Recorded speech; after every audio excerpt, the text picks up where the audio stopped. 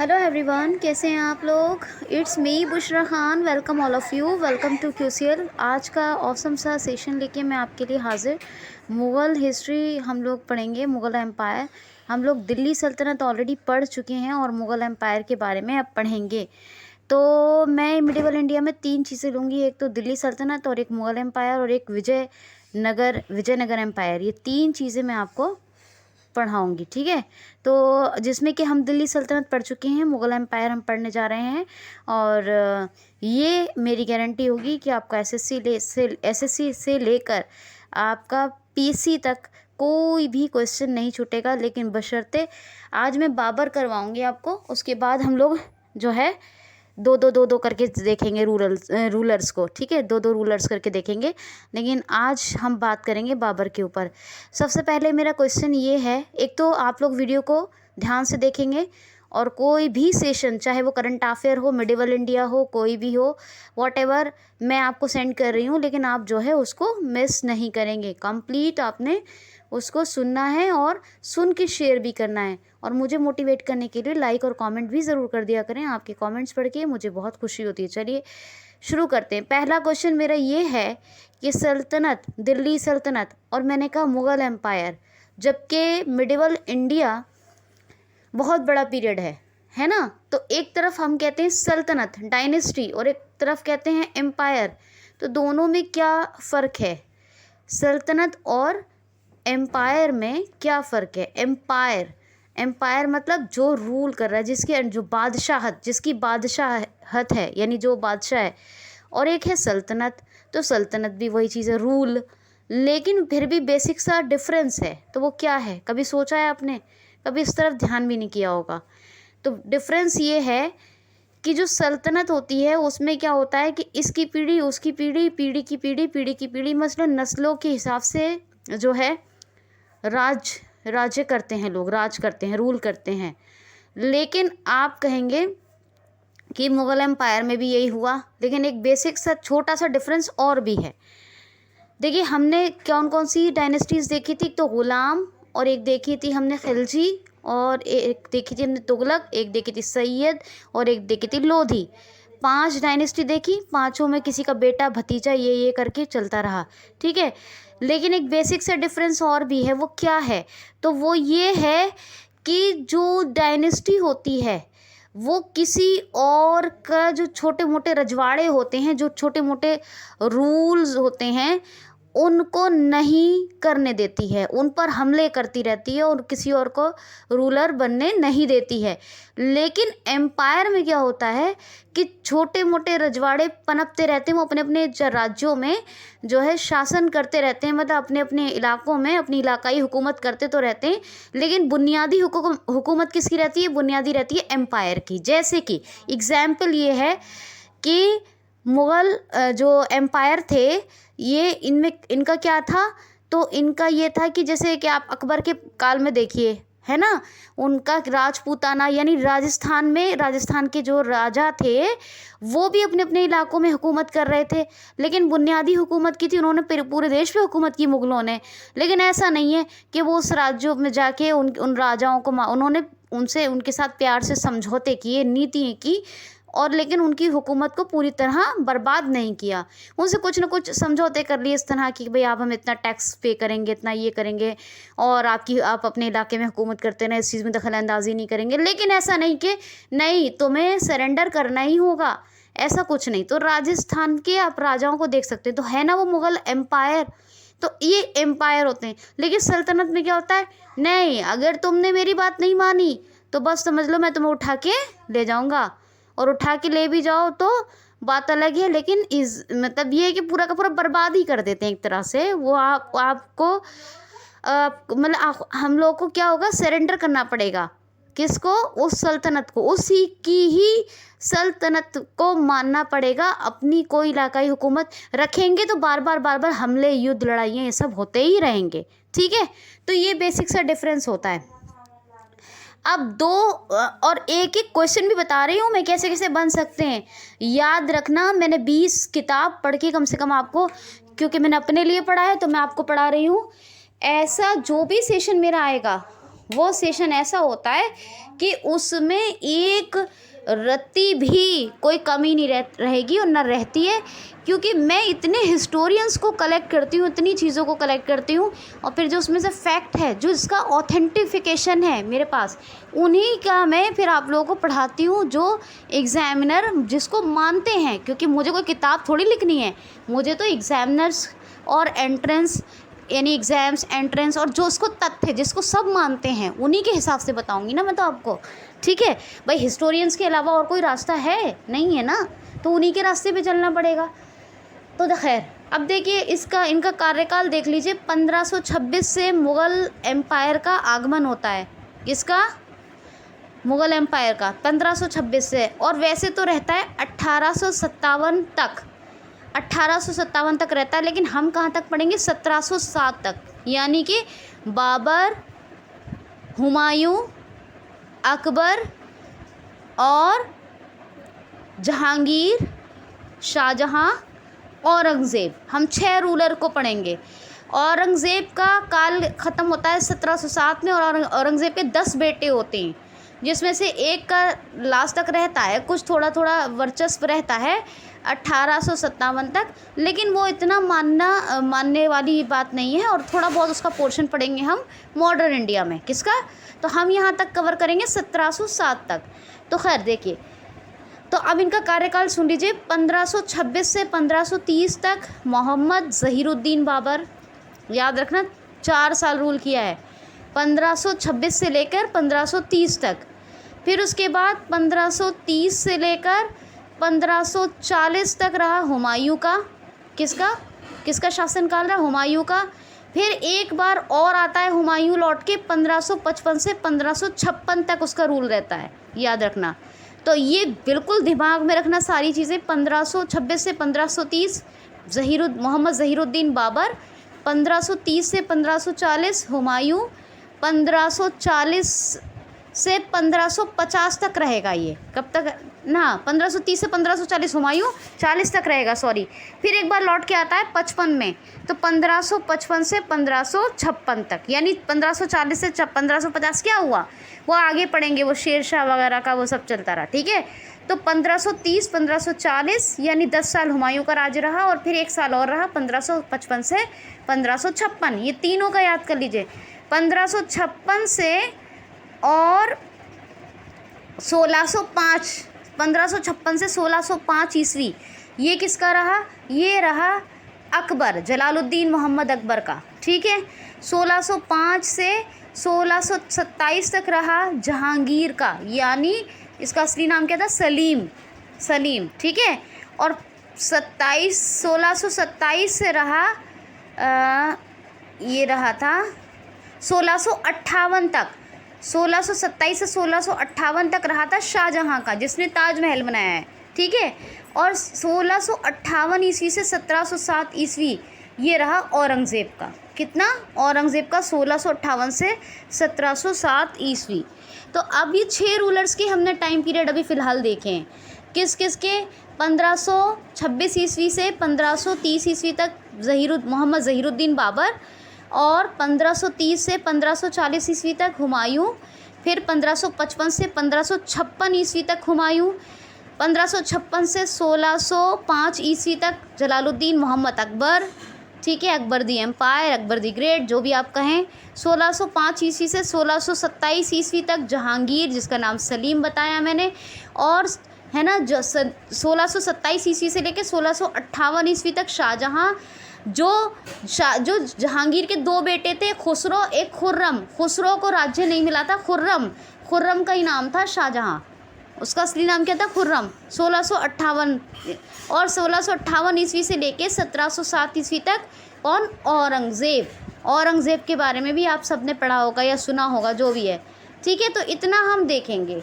तो अब आपको ये बात, अच्छा, तो ये बाबर जो था, ये माँ की तरफ से जो इनकी नस्ल आती है वही चंगेज़ खां के वंशज में आता है। किसके वंश में? चंगेज़ खां। इनकी माँ का नाम था निगार खानम। क्या नाम था बाबर की? मोहम्मद ज़हीरुद्दीन बाबर, निगार खानम। और इसके बाप का नाम था, यानी बाबर के वालिद का नाम था क्या नाम था, मिर्ज़ा सेकंड। क्या था, मिर्ज़ा सेकंड। पूछा नहीं जाएगा, फिर भी याद रख लीजिए, मिर्ज़ा सेकंड। पूरा नाम भी बताऊंगी मैं आपको, फ़िलहाल इतना याद रखेंगे, मिर्ज़ा सेकंड। तो मिर्ज़ा सेकंड जिसमें आएगा समझेंगे फ़ौरन, ये बाबर के वालिद यानी उसके फादर थे। बाबर बाप की तरफ से तैमूर के वंशों में था, और माँ की तरफ से जो था वो क्या था, वो चंगेज़ खां के वंश में आता था। हालांकि दोनों पे ही नाज था बाबर को, लेकिन बाबर इन मुग़ल जो थे वो इन चीज़ों की तरफ ज़्यादा अट्रैक्ट इसलिए नहीं होते थे इन दोनों की तरफ, क्योंकि इनके काल में खून खराबा भी यानी दूसरों का शोषण भी देखने को मिला। तो वो इन चीज़ों की वजह से उन्होंने अपनी अलग नीतियाँ बनाई, और इतनी मजबूत नीतियाँ बनाई, इतना प्रशासन इतना मजबूत बनाया, आप यकीन मानो कि आज भी लाल किले से आप लोग देखते हैं कि प्रधानमंत्री अगर झंडा फहराते हैं, कोई भी आज़ादी का दिन हो या आज भी कोई आपका 26 जनवरी का दिन है, तो भी वहीं से होता है। झंडा कहाँ से फहराते हैं, लाल किले से। तो इतनी मजबूत, मतलब उनका राज्य ख़त्म हो गया, उनका हुकूमत ख़त्म हो गई, लेकिन उनकी जो नीतियां हैं वो आज भी बाकी हैं। तो उनके जो उसूल थे वो बहुत ही अच्छे उसूल थे। और ख़ास तौर पर अकबर का तो जवाब ही नहीं। पूरे मुग़ल में अगर कोई किंग है वाकई में तो सिर्फ अकबर है, क्योंकि अकबर ने बहुत ही ईज़ी बना दिया था सबके लिए, रहने को भी, काम करने को भी, और मेल मोहब्बत को भी। दुश्मनियाँ अकबर के काल में ज़्यादा नहीं थी। तो अकबर का जो पीरियड है वो गोल्डन पीरियड ऑफ हिस्ट्री है, कहा जाए तो मिडिवल इंडिया है अकबर का जो पीरियड है। अब बाबर की बात कर रहे हैं तो हम बाबर के बारे में बात करेंगे। अब एक क्वेश्चन आता है कि ये बताइए कि सबसे लंबा, मुग़लों में सबसे लंबा हुकूमत करने वाला बादशाह या सबसे लंबा राज्य करने वाला जो रूलर था वो कौन था। अगर ऑप्शन में अकबर है तो अकबर लगाएंगे, लेकिन अकबर नहीं है तो फिर दूसरा है जहांगीर, क्योंकि इन दोनों ने 49 साल राज किया है। सॉरी, औरंगज़ेब, माफ़ कीजिए, जहांगीर नहीं, औरंगज़ेब ने कितना किया है, 22 साल, 1605 से 1627, ठीक है। तो और दूसरे कौन है, औरंगज़ेब, और पहला अकबर। इन दोनों ने बराबर ही राज किया है, 49 ईयर्स, 49 साल। लेकिन अकबर अगर ऑप्शन में है तो और औरंगज़ेब है तो ऐसा नहीं कि हम औरंगज़ेब को लगाएंगे फिर अकबर को लगाएंगे, क्योंकि अकबर सबसे पोलाइट और सबसे मजबूत बादशाह था मुग़लों के अंदर, ठीक है। बादशाही ही कहेंगे हम उनकी, क्योंकि वो एम्पायर हैं, ठीक है। तो अकबर, और अगर अकबर में नहीं है तो दूसरा जो 49 ईयर्स जो रूल करने वाला किंग है वो कौन है, यानी वो है एम्परर है। वो एम्परर कौन है, तो एम्परर है औरंगज़ेब। कौन है एम्परर, औरंगज़ेब। औरंगज़ेब ने कितना किया है, 1658 से 1707, तब लगा लो हो गए ना 49 साल। और अकबर ने कितना किया, अकबर ने किया 1556 से 1605, तो दोनों का 49 साल का काल है, पीरियड है। तो अकबर नहीं है तो औरंगज़ेब, और औरंगज़ेब और अकबर दोनों हैं तो अकबर, और ऑप्शन में सिर्फ अकबर है तो अकबर, ठीक है। अब बात आती है कि बाबर आए कैसे, बाबर का आना कैसे हुआ। तो मैं जो एक आपको जो बाबर की जो ऑटोबायोग्राफ़ी है उसका एक फैक्ट बताती हूँ। कहा जाता है कि वैसे तो कई लोगों ने ख़त लिखे, आपको मैंने लोधी डायनेस्टी पढ़ाई थी, याद होगा लोधी डायनेस्टी, उसमें लास्ट रूलर कौन था, इब्राहिम लोधी। इब्राहिम लोधी का एक कज़िन भाई था दौलत ख़ान लोधी, क्या नाम था, दौलत ख़ान लोधी। वो लाहौर का गवर्नर बना दिया था इब्राहिम लोधी ने उसको, लेकिन वो उस पर भी सेटिस्फाई नहीं था। होते ही ना कुछ लोग बिना काम धाम करे या बिना किसी के लिए कुछ करे हुए पूरा रूल करना चाहते हैं कि नहीं सब कुछ हमें ही मिले। तो उसको फिर भी सेटिस्फेक्शन नहीं था कि मैं लाहौर की गवर्नर हूँ, मुझे गवर्नरशिप मिल गई है लाहौर की, तो ये इसको सेटिस्फाई नहीं था फिर भी। तो इसने क्या किया, और इब्राहिम लोधी की कुछ नीतियाँ भी ऐसी लग रही थी, इसे ये भी डर होता था कि कहीं मुझे ना मरवा दे, तो इसने क्या किया कि एक लेटर लिखा, बाबर को भी बताऊंगी थोड़ा सा, और अभी सुनिए। इसने एक लेटर लिखा था, और वो लेटर लिखा था कि आओ तुम दिल्ली आओ, मेरी लाहौर की सेना तुम्हें सपोर्ट करेगी, और मेरे लाहौर की जो सेना है वो तुम्हें सपोर्ट करेगी, और जो है तुम दिल्ली से आके लूट लो, ये इसने ख़त में लिखा था बाबर को यहाँ के लोग उस टाइम पर बादशाह कुछ नहीं मानते थे, वो तो इनकी नज़र में एक लुटेरा था उस टाइम। अच्छा, बाबर की ये ऐसे आना हुआ था, तो ये आया था और इसकी लड़ने की नीति कितनी मजबूत थी वो बताऊंगी आपको। अब ये बात हो गई, बाबर की जो पैदाइश है यानी जन्म है वो 1483 ईस्वी में फ़रगना अफ़गानिस्तान में हुआ था। कहाँ? फ़रगना अफ़गानिस्तान। और अभी आपको बताया मिर्ज़ा सेकंड और कौन, निगार खानम, ये दोनों माँ बाप थे। और ये जो बाबर का रियल नेम था, ओरिजिनल नेम, वो क्या था? मोहम्मद ज़हीरुद्दीन। क्या था? मोहम्मद ज़हीरुद्दीन। लेकिन उनकी माँ जो थी बाबर की, वो इसे प्यार से बाबर कहती थी। क्या? मोहब्बत के साथ बाबर कहती थी। बाबर का मतलब होता है शेर। क्या होता है? शेर। तो वो अपने बेटे को शेर बुलाती थी, तो इसीलिए बाबर टाइटल पड़ा, वरना मोहम्मद ज़हीरुद्दीन नाम था। ठीक है, तो ये याद रखना। अब ये इतना टैलेंटेड था बाबर, 12 साल की उम्र में, सिर्फ 12 साल की उम्र में इसने फ़रगना एक जगह है जहाँ पैदाइश हुई थी, ये समझ लो 400 लोगों की, 250 से 400 लोगों की इसने सेना बना ली 12 साल की उम्र में, और पूरे फ़रगना पर कब्ज़ा कर लिया। और कब्ज़ा करने के बाद जो है इसने बहुत सारी चुनौतियों का फिर सामना भी किया। ये समझ लो, ये काबुल का पूरा, काबुल जो आज की डेट में भी राजधानी है अफ़गानिस्तान की, तो पूरा काबुल पे इसी की हुकूमत हो गई, मतलब फुल एम्पररशिप जो हो गई वो किसकी हो गई? बाबर की हो गई। तो फिर इसने पूरे काबुल पे अपना साम्राज्य स्थापित कर लिया अफ़गानिस्तान के अंदर। ठीक है, अब ये काबुल पे तो था ही था। अब इसने क्या सोचा था? दौलत खान लोधी ने इसने सोचा था कि मैं बाबर को बुलाऊंगा, बाबर आएगा, लूट लाट के चला जाएगा, है ना, यही तो सोचा था इनने। अब जो वो होती है अब सुनना, 1526 में होती है पानीपत की पहली लड़ाई। किसके बीच में होती है? बाबर और इब्राहिम लोधी के बीच में, इसीलिए होती है। और आपको बताया था कि इब्राहिम लोधी वो शासक है जो जंग के मैदान में मारा गया। ऐसा कोई हिस्ट्री में राजा नहीं गुजरा आज तक पूरे मिडिवल इंडिया में जो जंग के मैदान में मारा गया हो, लेकिन इब्राहिम लोधी बाबर की सेना के हाथ से मारा गया। तो पहली जो बैटल ऑफ पानीपत है वो यही है, यहीं से शुरुआत होती है 1526 से। इब्राहिम लोधी को मार दिया। और लड़ाई लड़ने की नीति कितनी, पता है ये क्या करते थे? ये गड्ढों में जो सेना लाते थे अपनी, इनको तोप का बहुत हुनर था मुगलों के पास, तोप चलाने का। तोप तो पता ही होगा। तो ये गड्ढों में क्या करते थे? तोप को गड़वाते थे, गड्ढे बनाते थे जहाँ इनके जो जंग का मैदान होता था, मतलब जहाँ लड़ाइयाँ होती थी बॉर्डर पे, है ना। एकदम तो नहीं आ जाते होंगे मुल्क के अंदर, एकदम तो नहीं आ जाते, मुल्क के बाहर ही, मुल्क के आसपास ही कहीं ना कहीं लड़ाई होती होगी।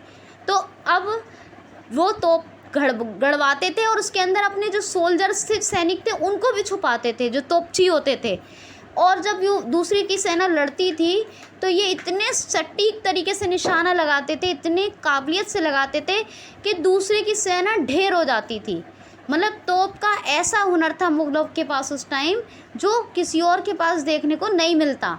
इतना ज़बरदस्त इनका लड़ने का तरीका था और इनकी नीतियाँ बहुत ही ज़्यादा मजबूत पॉलिसी थी इनकी। तो ये इसने क्या किया? इब्राहिम लोधी को हरा दिया बैटल ऑफ पानीपत में। अब 1526 में हार गया।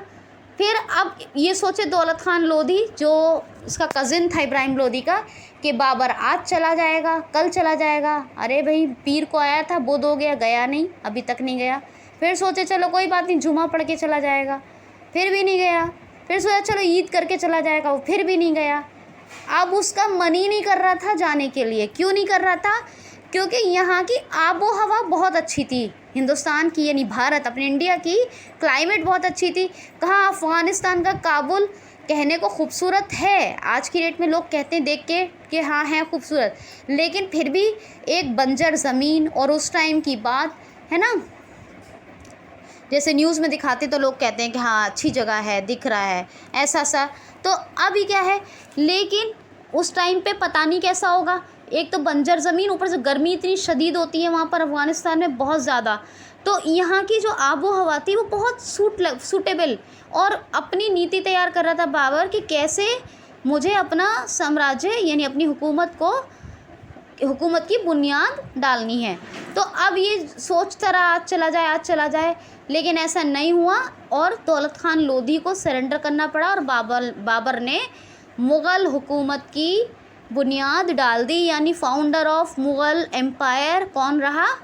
तो बाबर, मोहम्मद ज़हीरुद्दीन बाबर। अब इसके चारों साल बड़े मुश्किल के साल थे, बहुत मुश्किल के साल थे। क्यों? वजह उसकी देखिए 1526 में लड़ा इसने पानीपत का पहला युद्ध, यानी पहली लड़ाई इब्राहिम लोदी के साथ।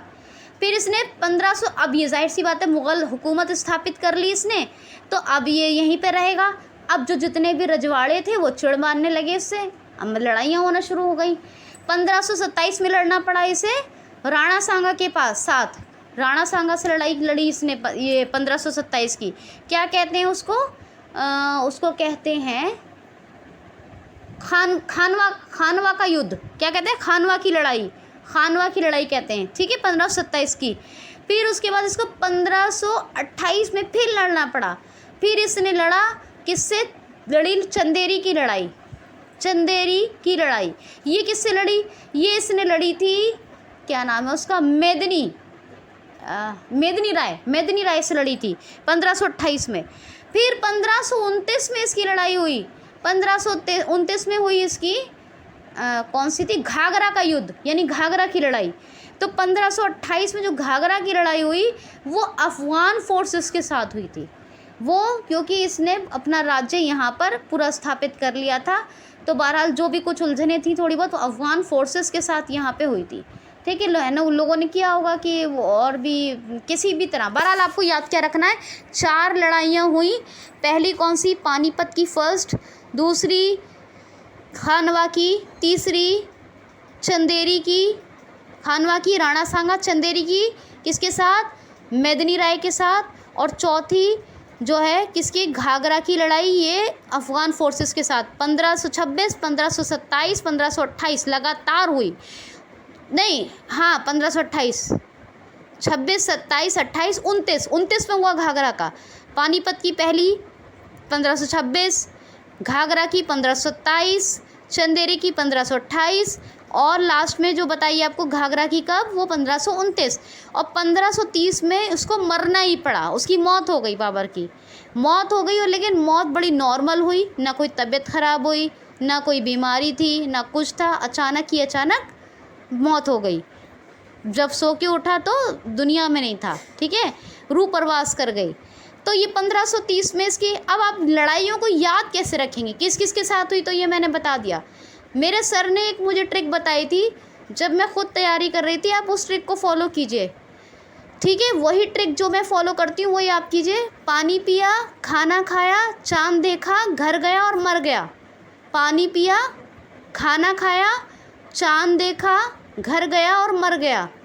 तो इसका मतलब ये है, पानीपत की पहली लड़ाई पानी पिया, खानवा की पहली लड़ाई यानी 1527 खाना खाया, चंदेरी की लड़ाई 1528 यानी चांद देखा, घाघरा का युद्ध, घाघरा की लड़ाई 1529 यानी घर गया, और 1530 मौत हो गई।